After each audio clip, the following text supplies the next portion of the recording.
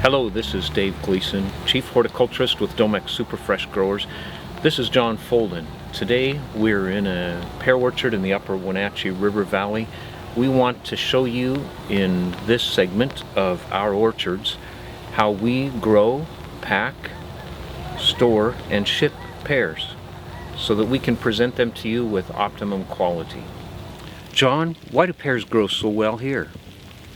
It's our climate and our soils, our proximity to the Cascade Mountain range and the deep volcanic soils that we have in these areas. Well, John, this is a beautiful pear orchard here. It's full of wonderful fruit. Can you tell us what it takes to grow such nice, clean-looking fruit? In the simple terms, dedication to details. Our grower base, for the most part, is second, third, and fourth generation pear growers. Come from a long line of pear farmers, and we pay attention to the small details. The pruning. We take out a lot of our crossing wood. We don't have a lot of crossing wood. We shoot for 4- and 5-year-old wood to grow this kind of quality. That's where your best fruit is grown, on the younger spurs.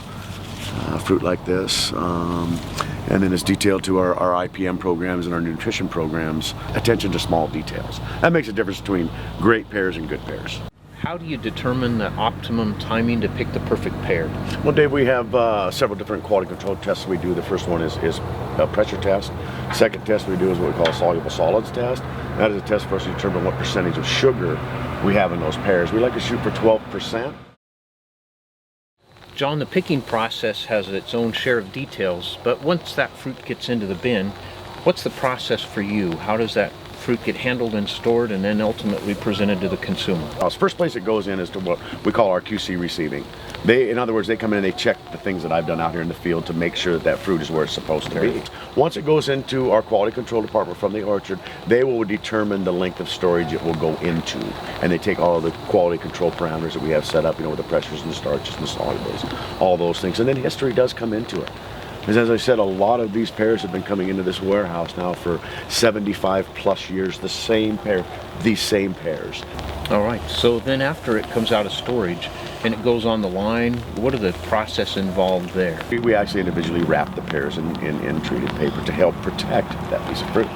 That's fascinating. Then every piece of fruit has to be handled separately and every single piece of fruit, absolutely. John, once the pears are in the packaging that'll go to the customer, what happens then?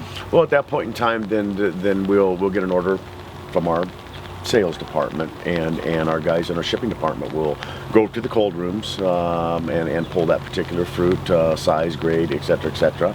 And before that load gets loaded onto a truck, there's another quality control test done.